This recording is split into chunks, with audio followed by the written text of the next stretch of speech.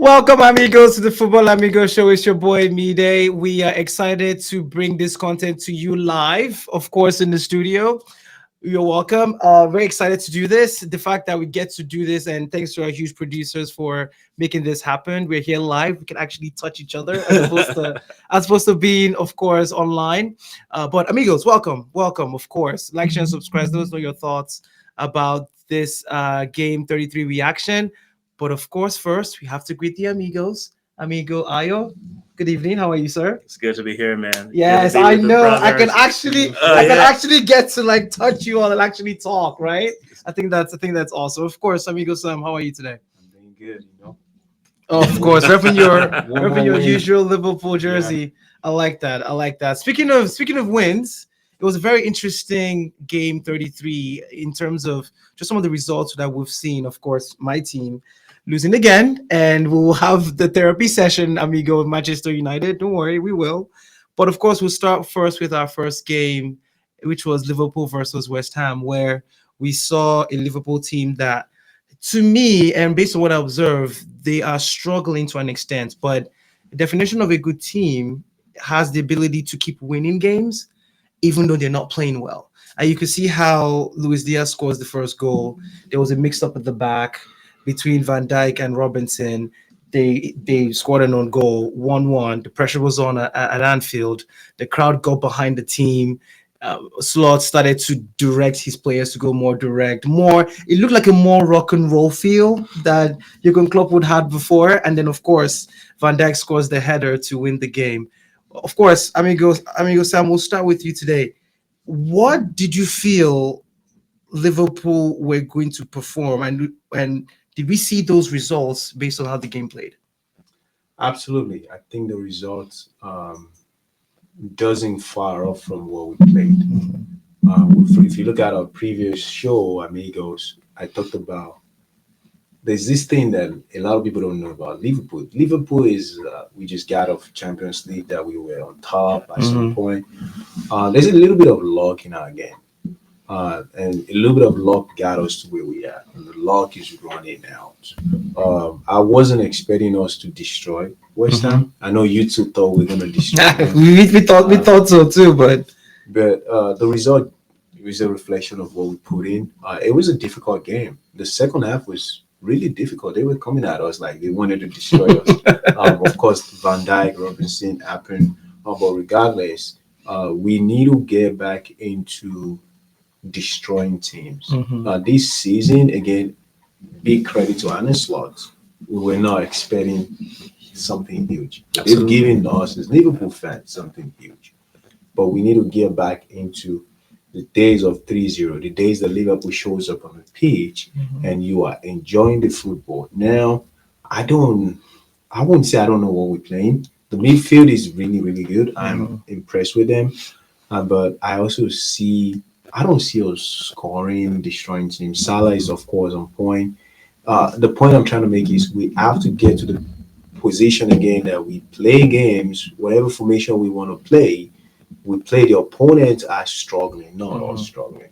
We're struggling right now because I think we're losing our identity. The defense is not in the best shape. But glad we got a win. Liverpool fans, we definitely have to celebrate that. It's one day closer to being a Premier League champion. And sometimes you have some hurdles on the road on trying to win trophies. So overall, thankful for the results. A lot to be learned. that's interesting. Ayo, I would love to hear your thoughts, especially based on that event that happened between Robinson and Van Dijk. Do you feel like, as much as communication is key, right? Do you feel like sometimes certain players need to move away from the ball so that whoever is closest to the ball makes the decision to clear it out?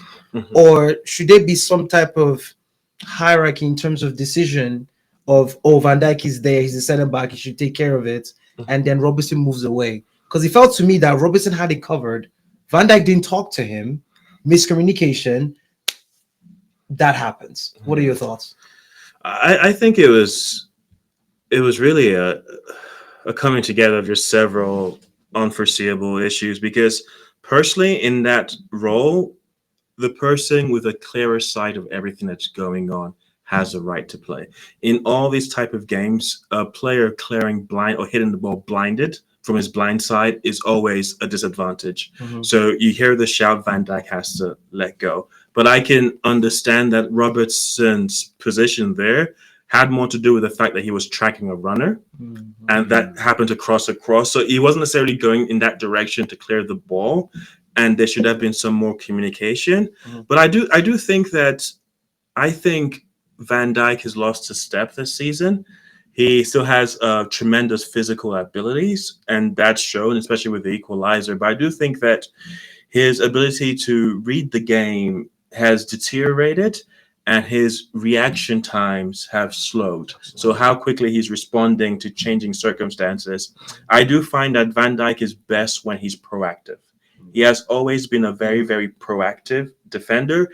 And when you put him in any situation where he has to be reactive, I think he has traditionally struggled. And as he's getting older, he's struggling even more. Because I think even Van Dijk at 28, for example, he wanted to be in front of the ball. He wanted to anticipate and act. He was always leading the dance, not responding to what's going on. And I think that takes... So whenever he's put in that position, that asks questions that I don't think he's really had. And now that he's older, I think he's going to struggle a lot more. However, he's still a specimen to behold. His physical ability is still in the top 1% of games. So I hear that he might be close to signing an extension. So I would, if I was Liverpool hierarchy, I would keep him because I think he has a lot more to offer. However, I think we need to adjust to Van Dijk that's not superhuman anymore. I mean, that was the reason why they bought him from Southampton. It was that superhuman ability to not just bully the attacker off the ball, but also drive it forward, which then moves the entire line forward and starts the attack for Liverpool that we've seen over the years. Very interesting game. Amigos, like and subscribe. Those are your thoughts about that game and how that situation maybe could have been played out between Robertson and Van Dijk. If you have a difference of opinion, please let us know that. We will move on to... I have a question for Sam. Go for it. So you were talking about Arne Slot. Like, how much of it do you think, how much of his tactics do you feel like can take Liverpool either to the next level or maintain their standards? Do you feel like either he's getting figured out in terms of like what other teams are doing to counter what Liverpool does offensively, or maybe the team is breaking down as you reach to this place? How much of this is more of being tactically more figured out by other teams, and how much is just like end of a season, people are tired, there's fatigue, we rest and go again? I think it's mostly being mostly being tired. Okay. I can see that. But you can't discredit the fact that a lot of teams in Premier League are figuring each other out. Man City is being figured out. Man United is already figured out. There we go, amigos. The banter continues. And, it goes to everybody, right? But for Liverpool, it's hard for you to think he's figuring out because they really never had some strong sort of identity or game plan. When Arne Slot came in, it was mostly built around the midfield. The defensive midfielder cooking the whole thing from the kitchen, and it goes to Salah. Yes, a little bit of that has been figured out. That's why you see Gravenberch is playing forward a little more because we're just trying to tweak things. But it's more of the fatigue, the Van Dijk miscommunication, everything is more of our team, which is is a thing to be happy about as a Liverpool fan, because we can fix that. It's still under your control. Still under your control, and we can come out and play a different game coming out next season. Especially if Trent signed a contract, it gives us a stronger position. But you can't dismiss the fact that Ipswich can come to your house and just give you a really hard game. So that's there, but it's not mostly that. Wait, hold on. He meant to say Newcastle. Okay. Sorry. I was like, Trent signing a new contract? Oh, no, Van Dijk. Yeah. Okay, Van Dijk. Okay, yeah, because Trent wants to leave. Yeah, I know. Sam, which is, to me, I mean, a player that's asked to play for Real Madrid, it's every player's dream, right? And there are ways Liverpool fans would have wanted it to happen, but at the end of the day, the player wants to go to a better team. No offense. Yeah, No it's fine, offense. no, And no offense taken. right. Although they didn't show that last week against Arsenal, but they're still a very good team. Yeah. And it's only natural for players like what's your right back's name? Bradley? Yeah. Yes, to Bradley. come in and take that role and maybe give Anislot an opportunity to see if he needs to replace players there or just keep what he has. So Yeah. it's going to be a very interesting transfer window for Liverpool, not just in the defensive side, but of course, obviously in the attacking side. Oh yeah, for sure. Which- That's killing us right now. Right, We can't score to save our lives. right. And then Nunes is nowhere to be seen Don't either. bring too. Nunes. I I had to have it I was like, this man is coming to Nunes again. Yeah. I had to. Speaking of games and loss of concentration, Newcastle played Manchester United at St James's Park, and Manchester United played away to Newcastle. And what a week! I did therapy session for this team. What a week! What a game! What a season we've had. From Onana and the whole Onana situation with Matic and the blunders he did in the Europa League that made the game against Lyon 2-2 and puts us in a very difficult situation next week, Thursday, to being dropped. By India comes in. We change half of the team just to be able to have players rested for that Thursday game. We started well. We conceded the first goal. It was a well-worked goal.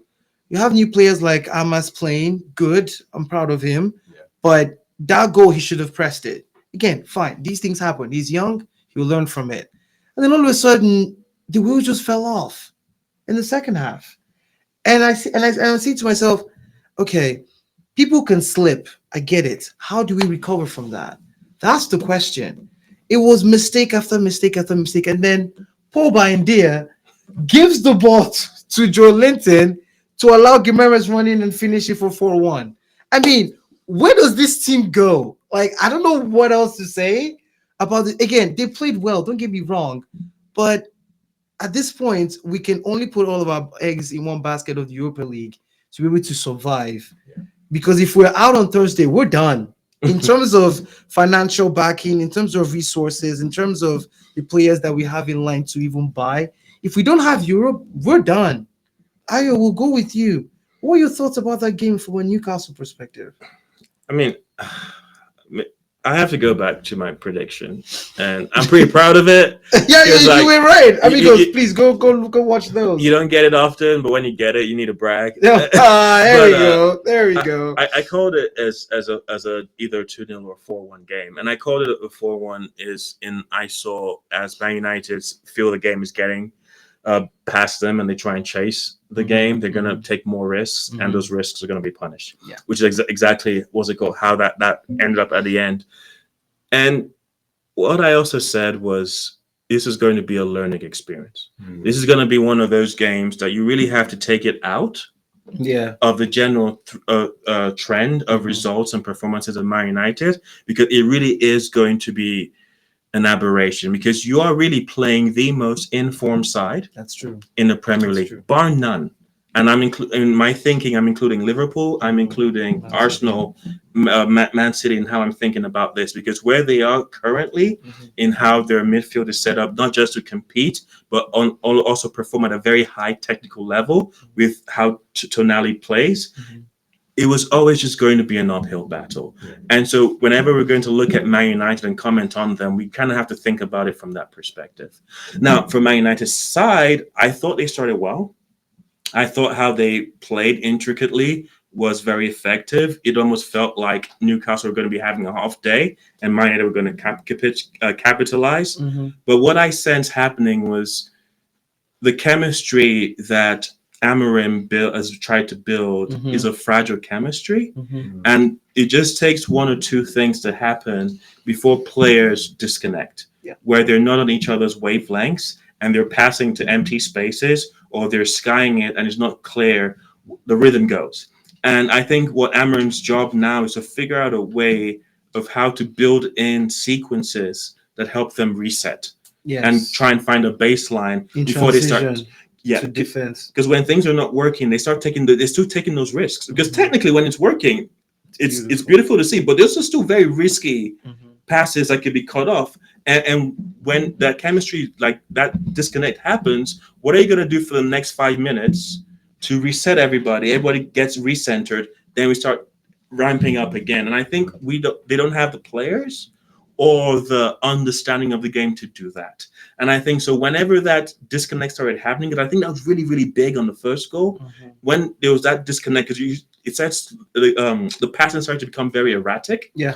And no one was like, forced. calm down, let's reset.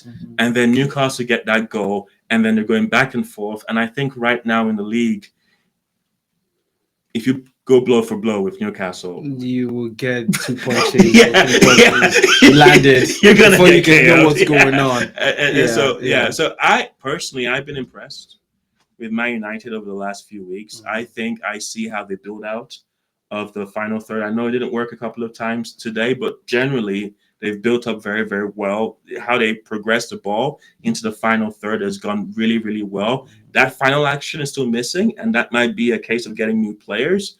But today, I think it's just Newcastle. Will do It was, teams. and Sam, I'd love to hear your thoughts as well. But just kind of watching even some of the extended highlights of the game, it looked to me that it's a team that just started today, and you are trying to teach them how to play a system. And I'm not surprised that's the case, because when you make a decision to bring in a coach that plays a completely different system to a team that's been playing counter-attacking for the past 10 years, they will look like schoolboys put together to try to figure out a system. And what bothers me is this is Manchester United, for crying out loud. Again, decision making is a problem. I'm not saying Amram isn't good. Love him. Okay? But again, we could have waited till the end of the season to bring him in. Give him a preseason, get him the players he needs for his system, and then see what happens. But when you create an environment that will force him to have to come mid-season, these are the things you're going to get. So Manchester United fans, we're going to have to suck this up. We're going to have to, amigos, because at the end of the day, there's only so much you can do with what you have. Absolutely. Sam, from your perspective, what went wrong with United today? So amigo Sam, from your perspective, what happened to United in this game, especially in the second half? I'll tell you what, man. Like I just said, Newcastle this game is not the one you want to Start analyzing. It's not the one you want to ask a question of United. We've seen United improve lately, and it's just like when something is good, it's good. If something else comes to it, that's not good. It's not good. You know what I'm saying? So you can't compare Newcastle. Right, now you're laughing at us, right? Oh my gosh, really? Really? I was about to make a point. That's how bad we are. You're fishing out words to describe us. No, I agree with that. You can't compare. You can't use Newcastle to compare to checkmate Man United. However, oh my gosh, that game could have been 2-1, could have been 2-0. A lot of mistakes. The keeper made one. Mazuari slipped. Yes, I get it. It happens to players. But I think when you pass sooner, that probably would not happen. It was going towards the post. Yeah. There's a lot of pressure. You were losing the game. So I think that could have been avoided. And I also think Fernandes was really, really quiet in that game. He was. There was no production at all from the entire midfield at all. So I'm laughing because I saw the game and I kept thinking of our prediction of how we were all on the same page, expecting a demolition. But the demolition came, to be honest, it should not have reached that level. Fine, Newcastle is great. They're informed, but it should not reach that level. With what we've seen from United, remember in our previous show we said, can Man United keep up with what we're seeing? But I think I think I'm thinking more of Man United is in trouble now. Honestly, I thought they were going to be improving, but I think they're in trouble because if a team like Newcastle, as good as they are, can just rip you apart like that, Onana is not in the goalpost, so we can't say it's the goalkeeper or it's not Onana's fault this time. It's a team problem. They just, I agree with you guys. You guys have been saying it all season. They just don't have the right player. Maybe the mindset is terrible. I don't see United going up in the table. Honestly, I think they're gonna go down a little bit. That game was really really sloppy. It could be the Europa thing. I also thought about that, but the key things that I thought about here is We're so bad. Sam is writing down analysis just to describe United. Like the banter is real, amigos. I just don't know what to say. Well, go ahead, Professor. Tell us what you wrote down. I think individual mistakes is just what killed United in this game. Of course, when you make mistakes and you're not producing, you can't win games. You can't tie games. That's So true. That's true. they're out for the mountain is steeper for them, and they will be going. It's going to be a little painful for them to climb up the mountain at this point. I wish them were in Europa, by the way, but I just don't see it right now because I thought. I mean, I think they have some good players, individually good players. I think Amaran might need to think of how he's going to reuse them. But right now, United sucks. I hate to say. I would love your thoughts about what you think we should do for the rest of the season based on where we are. But what annoys me is for some reason, whenever players leave United, they start to play well. I don't know. I don't know what is in Old Trafford that I don't know if it's the weight of the shirt, but you have Sancho scoring a worldie to equalize Chelsea against Ipswich 2-2. You have Anthony running around Barcelona a little bit. The goat. Yeah, you have Rashford now leading the line against Aston Villa because he's benched Watkins. It's like and then Elanga last week won them the game for Northern Forest. It's like every time a player leaves our team, there's this weight taking off of them, and then they start playing like them usual selves again. Sam, you've mentioned what you've said, Professor. Ayo, from your perspective, what should we do for the rest of the season now? Mide, I also have my notes. Oh my god! Oh my god! Of course you do. If you had asked me this question maybe last season or at the beginning of this season, I'd have said yes, it's the weight of the shirt. But the more I watch the games, the more I watch players like Sancho, specifically Rashford, and I started to suspect it. You go and see Anthony in Real Betis, you go and see Elanga. The big difference in why they're performing is the intentionality of their recruitment. Whenever they asked Unai Emery, I was like, why do you want Rashford? It's like, no, I want specifically him for these specific qualities that I know he has that will create benefit in my team. I'm not after Rashford because he has a name. I'm not after Rashford because he's English.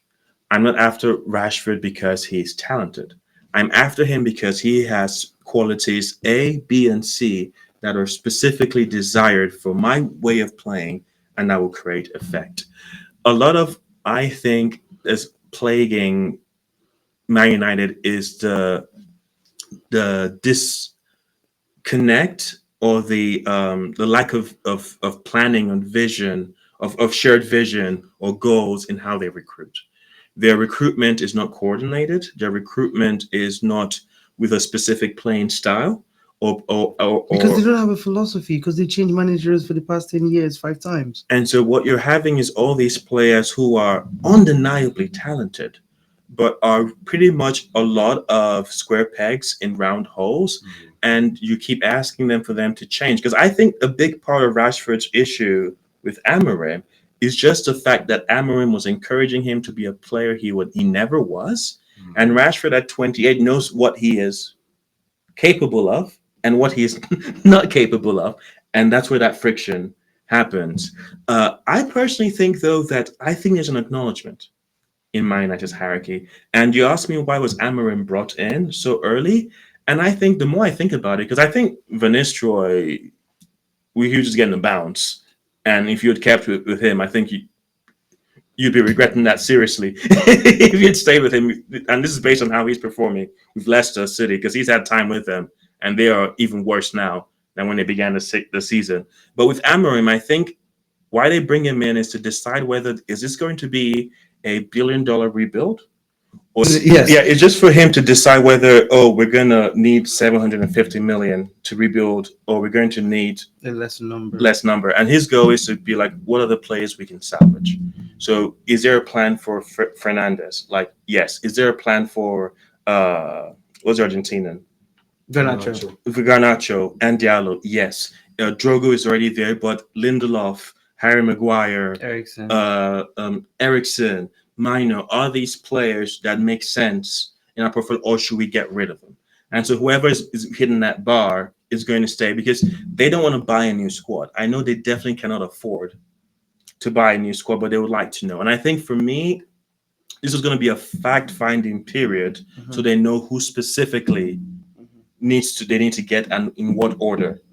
Because they might have positions that they might have to fix, but that's 3 seasons down the line. Or they might have a position that has to be fixed, few transfer windows, or they have someone that must be brought in this next window. And Amorim's job is to figure that out, because even though you might have a preseason, that might not be enough time to really address the issue, recognize the issues with playing like actually tough opposition, and then make the necessary adjustment before the season starts. And I think this gives them some time. I hope. That's the word there. And so from what Amorim has communicated, I think that's a going thing. I really respect him as a coach. From what I've seen, technically, how they build out of the back, it's a lot more organized. It's a lot more coordinated. How they pass through the different lines of defense, much more organized, much more coordinated. Whether or not they're doing the last final actions to put the ball in the net, maybe that needs a lot of work, but I'm seeing a steady progression. Even set pieces, set pieces. Am I saying that word right? Yeah, you are. It just sounds wrong coming out of my mouth. But they used to be horrible at it. Yes. They are very, very coordinated. They are very, very well trained. How many set piece goals, opportunities are they giving away in the last 6-7 games? That's gone. Non-existent now. Yeah, we don't talk about it anymore. And so there are a lot of things that are getting better. However, a lot more things has to get better before it coalesces into consistent top performances. And I think for Man United fans, letting go of the history and having that patience, but also putting some pressure, I guess, on leadership to make sure that they're actually making the right call. Because if you go into next season with this same squad, I don't see you're going to get much more than. And then we were in this vicious cycle all over again of changing managers and not finding the right players. It's challenging. Sam, anything else to add to that before we move on? The only thing that came to my mind when you talked about other players doing well outside of United and how they can move forward is player management. They soccer managing their players. These players are talented. You have to manage them. You have to manage their attitude. You have to manage all of these things. And you see that as well right now. Like even Garnacho, yes, over the last few games he was impressive, but now when it comes on, I don't see him doing too much. They've lost 2 games back to back now to teams that they can actually salvage draws from. I think you need to start having conversation about what are your defenders doing. Like each player needs to take responsibility and own the fact that they are playing for Man United, and they own the fact that we're getting paid, and just cut out all these silly mistakes. So it's not so much of a team overall. Overall, I think it's so much of each player. How do we manage this player? How do we manage Fernandez so that he's distributing? How do we switch him around? I think that would help them as they try to salvage this season. No, I totally agree with that. Speaking of salvaging seasons, Arsenal drew with Brentford. I had my transitions have to be. I knew it was coming. Connected. I knew it was coming. I had to. Arsenal versus Brentford, 1-1 game, of course. We know why there were a lot of changes to the Arsenal squad in preparation for their second leg against Real Madrid, which they were, by the way, amazing Oh yeah. last week. That's the Arsenal that I've now come to respect even more based on that performance against Real Madrid. They made Real Madrid look like, I don't know, us maybe. I mean, I don't know what to say. Weekend. Oh, that's even worse. Anyways, but of course, games like this, we could tell Brentford is wasn't going to be easy like we predicted, right? It wasn't going to be one of those games where Arsenal just runs wild and scores 4 goals. It was going to be a turgid game where maybe an individual brilliance might open the difference. And you can see as the game went on, Wester scores a very good goal to equalize the game, but Arsenal looked like they controlled the game. They had players that needed to come in to do their job to allow the other players rest for the upcoming game that was coming up against Real Madrid. Ayo, from your perspective, it seems to me that Arsenal has built a competency of controlling games, Mhm. and even though they do want to win, they know how to control the game to their benefit. What do you think is the reason how they could do that? Is it player selection, or is it the coach's tactics, or is it a combination of both? Especially defensively as well. Arteta, coaching. This is a team that has no passengers. There is no luxury player in this team. Everyone is on that pitch. Everyone on that pitch is there because they can give you the miles, and they can be very organized. I believe it was Bournemouth, one of Bournemouth's players. He mentioned they asked him who was the most difficult team to play Yes, against, yes. and he said Arsenal because it almost feels like they're being controlled by with a controller from someone who's 50 on the 50th tier, like Mhm. looking down because it's just so organized with how they drop into the Banks 4-4-2 and how they move Defensive shape. right and left, and it makes it almost impossible to create overloads on either side, and makes them very very hard to penetrate. And that's the thing that we get when teams are trying to come at us. But I think in this season, I think because we've missed our 2 opportunities to win, we now have the respect. So, and most of the teams that are coming to us are not going to be trying to go for blow for blow. They're going to sit back with their 5-4-1s. Mhm. They're going to hope for that 1 or 2 chances that comes in for a counter attack, and they hope to maximize that. And they know they're going to get 3 maybe in the entire game, and they're trying to make it count.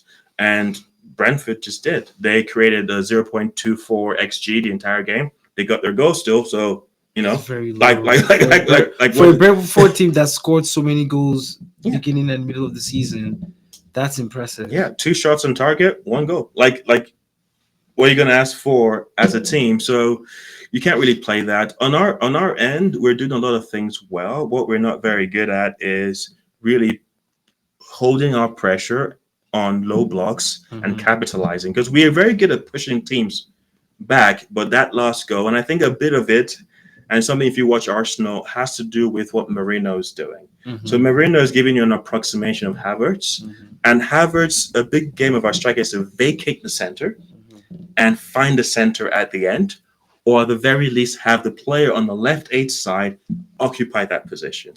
And so what we're having is a combination of Marino not knowing when to re-engage that center to have his Mhm. presence there, Mhm. and Declan Rice not being comfortable when it's his turn to crash it Mhm. because the striker pulls out to be as aggressive. So if you're watching a Real Madrid game when you had that opportunity of Saka crossing the ball across the goal, Yeah, yeah. the expectation will be Declan Rice to be much more aggressive Mhm. on that.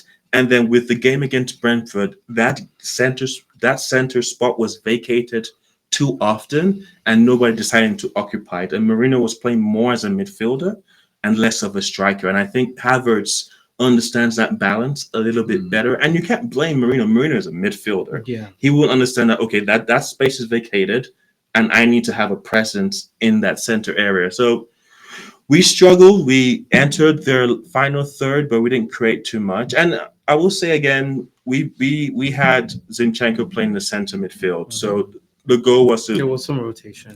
we had to think about Real Madrid. So I think there's a factor. However, I did think that we did enough to win not just this game, but the previous game against Everton. And even if it's a 1-0 game, I feel like you need to find ways to make sure that actually does go in your favor. There are many games you just score one goal and you need to see it through. I mean, one of our biggest chance is 1-0 to the Arsenal. We won what's it called, a cup doing that just straight up. So he has to refine things, but I also understand that that's just where we are this season. We're not catching Liverpool, even if we tried. And so I do think that part is in the mind of the players. How do you get them to really go for it if you know if it's already gone? So I'm not disappointed. Like I really am just hoping that we do better in the side tournaments, but it was Brentford. They're a difficult team to beat consistently. They've always been, and so I can't really fault a 1-1. If we had played really, really poorly and we gave a lot of chances and we were lucky to be 1-1 at the end of the game, then there'd be a cause of concern. But I think the parts that we could reliably control, we did. Right. Yeah. Some play analysis. Thomas Partey. Oh, This sorry. past week, he had a very wonderful game against Real Madrid and completely shut down those passes from the midfield to Vinicius or Rodrigo, and pretty much nullified Real Madrid's attack once they advanced into the midfield third. And then he comes into this game and scores a very good goal from the right side of the field to make it 1-0. Do you feel like he's one of those players that Arsenal has to either keep him into next season, or if they do let him go, find that player profile as one of their midfielders on the team? And I think Thomas Partey is very underrated personally. I would give him more years, 2 years, whatever they're building right now. I think Partey is very pivotal to that from the midfield, and I like his versatility. Is that what we call it? Sometimes you see him more on the right side. Sometimes you see him in the middle. Sometimes he can play a center back. You need players like that. And I think he's had a great partnership with Declan Rice. Because of that, I will keep him for sure. Okay, that's interesting. It's very interesting how a good team like Arsenal or even Newcastle, beating United, you can tell the player profile is very significant to a system, right? You have players like Amaram that didn't do well in the Newcastle team, but then you bring in Javi Barnes and he's scoring every other week. He's scoring 2 goals every other week. Oh, do you mean Miguel No. Amaram. is it Yeah. Amarim too? Oh, sorry. Yeah. I was confused. The pronunciation is very similar. Yeah. He's very similar, but of course he's moved on. Almiron. Almiron. Yeah, Yes, not yeah, Almiron. yeah. Almiron. Yeah. Yes, he's moved to Atlanta United now in the United States. But you have player profiles like that where you know what Eddie Howe's going to play 4-3-3. You know he's going to have a Murphy on the right that will work hard and get that ball to Saka to Isak. Maybe Saka may be going to Real Madrid. Prophesy. I don't know. But then you also have Avi Barnes that comes in, pushing Gordon's position because he's delivering his end product is improving. And then you have Thomas Partey that controls that midfield for Arsenal. Same as Gravenberg coming in as a defensive midfielder and changing the dynamic, not just winning the games and recovering in transition, but also continuing the attack that's been started from the defensive line. It seems to me that, again, player profile is becoming more important in the Premier League in terms of style of play. I think coaching is also important Absolutely. because Murphy was a striker, Yes, he central was. striker. Yeah. He got adapted to. Javi Barnes, I'm not really sure he started as a left winger. I think he got adapted into it. And Joe Linton was a striker. Yeah. He got adapted into a Midfielder. centre midfielder, and somehow they've been adapting him deeper and deeper, Right. and he's been thriving and thriving. And like you look at Partey, and we worked with his skills. Like Declan Rice was brought in to be a number 6, but he's way better as a number 8, and we're adapting the game around him. And I think, nothing is a sure thing. Even players can have qualities, and you bring them in, and then you realize that maybe they're better served in a different role. And it's so hard to predict. A player can tick all the right boxes for what you want, and you bring him into the door, and he's not what you expected, or it just doesn't quite fit, or he just doesn't like the weather. Mhm. Like, you know, like Di Maria. yeah, you wouldn't think like that's an issue, right? But Right. like if you're like used to the Spanish sun and you're on the beach and you're partying, and then you come to You come to Manchester, it's overcast more than half of the year. and your wife is moody every morning because she can't like go and like, you know, get her suntan. Right, Like, right. and like you can just never control like so much, like we can't take for granted how much so much of this is just can't be controlled. And you know, you bring in a player, he looks like a right fit, it should work, and then it doesn't. Like, how do you react as a coach? And so yeah, and like, you know, like all the qualities are like, because sometimes you bring a young player and there's a trajectory of progression where it's like, oh, I get this person at 22, like Nunes, by the time he's 26, 27, he should be getting me 40 goals a season. That's not happening. Not happening. Not happening. And then something happens. It could be just not the same trajectory, or injuries. You know, happen, and then it breaks it. Momentum. He doesn't adjust to the culture because, like, you know, and things happen. And so, by the way, speaking of injuries, who came in as a sub today for United? Luke Shaw. Luke Shaw. I couldn't believe it, and he created one of the chances that we had. he's a great player When he he's plays. fit, when he plays. Yeah, so it's difficult, and so we have to give these coaches and these teams. I know, as fans, it's just so hard. We're of course, because as fans, of course, Amigos, we're emotionally tied to our teams, and we want them to succeed. We want them to do well. But there's also another part of the game where it's more tactical, it's more strategy. I, as a coach, part of my philosophy, I see soccer or I see football as a chess game. I see it as a chess game, and I love chess. I play it all the time. And you start to figure out different strategies to break down teams based on how they perform the first 10 to 15 minutes, right? In a chess game as well, it's the same thing. Once 4 or 5 of the pawns of the opponents has been moved, you can kind of tell if he's going to be aggressive. You kind of tell if he's going to take his time to bring out his officers up front more, or he's just going to go all guns blazing with the queen, taking out every pawn and every other officer that they can get their hands on.